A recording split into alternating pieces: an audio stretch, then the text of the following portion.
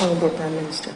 Thank you, Madam Speaker. Madam Speaker, I'd like to speak on the substantive motion and at the same time reject the amended motion.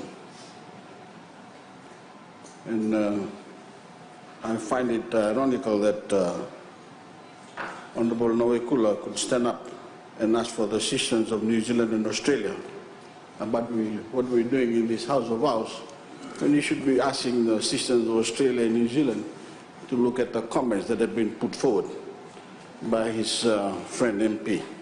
But it is, Madam Speaker, it is with great sadness as well as anger and disappointment that I ask the Honourable Parliament to approve the motion before us today to endorse the findings of the Privilege Committee that Honourable Isoa Tikoca has contravened Standing Order 62(4)A and D in circumstances that were grave and a serious breach of privilege.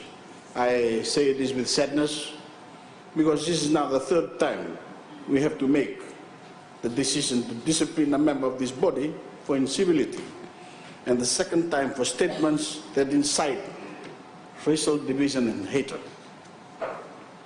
What is saddest, Madam Speaker, is that the language of racial hatred and division is getting worse, despite the fact that we have rejected them and the mentality that spawns them. We endured the incident in May of last year when Honourable Nengama Lalambalabu used an obscene and highly offensive term in the vernacular to directly insult you, Madam Speaker. It was an insult that could have been seen as offensive to all women, and that reflected in some way the precarious situation that many women find themselves in, easily insulted with obscene sexual language, and then just as easily raped or physically abused.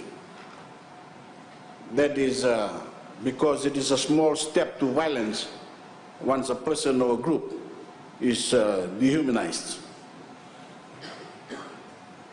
This insult against the Honourable Speaker, to you, Madam Speaker, demonstrated extreme prejudice against women. It was a contemptuous and deeply misogynistic assault that also went against this very institution of Parliament. And given our history, we had to take strong action and to ensure that such an act would never happen again. Then only last June we were forced to discipline Honourable Tupu Nrendalo for falsely attributing a racist statement to the Minister of Education. The false attribution was cunning in its execution. It was a coded means of setting ethnic group against another ethnic group, not by making a direct charge or statement. She was too clever for that. Instead, she falsely attributed a racist statement to someone else. Fortunately, Parliament could see a statement for what it was and took appropriate action. But Honourable Tikoca's diatribe, and I could not call it anything else but diatribe, was the vilest and most explicit statement of racial hatred we have heard on this floor since the Parliament was seized in the coup of 2000. At that time, Madam Speaker, racist statements came from criminals who unabashedly declared the superiority and privilege of one race over the other and sought to institutionalize it by force of arms. Today, we face something more subtle than we did in 2000, but also more pernicious and dangerous, that an elected member of Parliament, using the privileges of free expression granted to members of Parliament in order to ensure honest debate, would seek to cast suspicion on one group. He would seek to divide Fijians, to create in the minds of the people the false idea that one group of Fijians is getting too powerful. He would turn the service and sacrifice that people from one community are giving to this country against them, as if their contributions were meaningless. He sees leadership positions in government as trophies to be distributed as patronage, not as positions of public trust assigned to those most capable of serving the people in each area. Madam Speaker, we should perhaps be grateful to Honorable Tikoca for being Honorable Tikoca for being as explicit as he was, because it makes our decision easier. There was no coded language in his statement, no hidden message to decipher, no cunning or deception. His racism was on full display for all to see.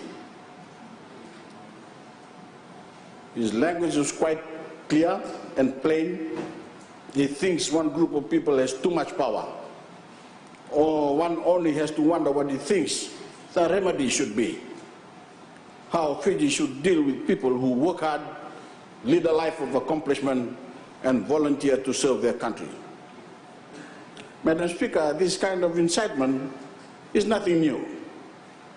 It is a part of a long tradition of race baiting that we have seen all over the world, a tradition that we had hoped to end forever in Fiji.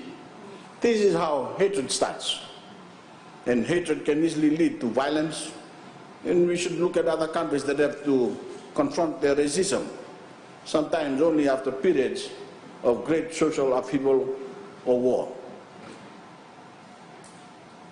Hitler and Nazi Germany blamed the Jews for Germany's ills and accused them of being too powerful, too accomplished, too wealthy. And as a result, they killed 6 million Jews. The United States is still confronting the legacy of more than 300 years of racial inequality and now racial stereotyping that has led to numerous unwarranted police shootings. Neighbors who once lived side by side in places like Iraq and Syria have been set against each other by the forces of religious division. And it often begins with words like those spoken by the Honorable Tikoca. That must never happen again in Fiji. Madam Speaker, Fiji has a long history of racial vilification. In 1987, ethnic prejudice was used to justify the overthrow of government, resulting in the subsequent fleeing of tens of thousands of Fijians from Fiji. This was followed by the widespread discrimination and a discriminatory constitution. In 2000, the overthrow of government was justified because the Prime Minister at that time was described as an Indian and as a Hindu. I can't see any support from the members of the National Federation Party. This dark period in our history also saw Hindus in Fiji being called devil worshippers and devils. Today, the vilification is against Muslims. Tomorrow, when it suits the aggressors, it could be North Indians and South Indians and Gujaratis. It could be the Chinese. It could be the Catholics. It could be the Seventh-day Adventists. It could be the disabled. It could be the women. It could be the homosexuals. And as we've heard before in the past, it is also even based on provincial background or origin. It could be against the people from Laos or the people from Rewa. Honorable Tikoca maliciously selected the names of people of the same faith or ethnicity and falsely alleged that they are running the country. Tomorrow, if he decides to vilify simply for the sake of spreading hate and discrimination, he could compile a list of Hindus, of Christians, of women, or indeed a group of people and claim that as a basis for any prominence they have achieved within government. Madam Speaker, the point is that we have to be vigilant in punishing any form of discrimination and jealously guard against any efforts to promote such hatred. We cannot deliver the economic benefits and advancement that our people deserve if we reduce issues to communal demarcations such as religion, ethnicity, and provincialism. we will continue to lag behind. Such demarcation and discrimination, Madam Speaker, have caused great damage to this nation and the Fijian people. So they must never be repeated. We in this Parliament must be especially vigilant. Our disagreements must always be civil and respectful. We are elected leaders, as we've constantly heard from the other side of the House, and we must show the people that it is possible to disagree and still live together and understand each other. That is the only way our democracy can survive. So we must be keen to support rhetoric that is based in racial prejudice and be uncompromising in punishing it. Yes, Madam Speaker, I do make this statement with sadness that we still must confront this kind of prejudice and ignorance in this chamber. I am saddened that we in this chamber are not leading the people to a more enlightened discourse, and that we are not demonstrating by our actions and our words how we can unite Fiji, unite as Fijians, and see each other as human beings and fellow countrymen, not as members of a race or members of a religion or an ethnic group. That is the Fiji we must aspire to. That is the Fiji we want, Madam Speaker. And Madam Speaker, I am determined to make it a reality.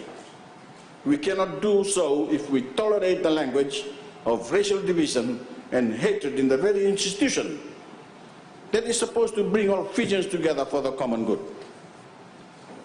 Madam Speaker, we have now had 3 breaches of privileges in less than a year and a half. Parliament has taken a stand twice before, and things should be getting better. But this is the worst breach yet. We in Parliament must stand for what is right in Fiji, for civil discourse and for mutual respect. We cannot cede 1 centimeter in this. We must uphold a high standard for discourse and for the behavior of our members. Therefore, for the integrity of this Parliament body, Madam Speaker, and for the future of democracy in Fiji, and for the hope of unity and dignity for all Fijians, I ask that Parliament approve the findings and recommendations of the Privileges Committee, and I fully endorse the motion. Thank you.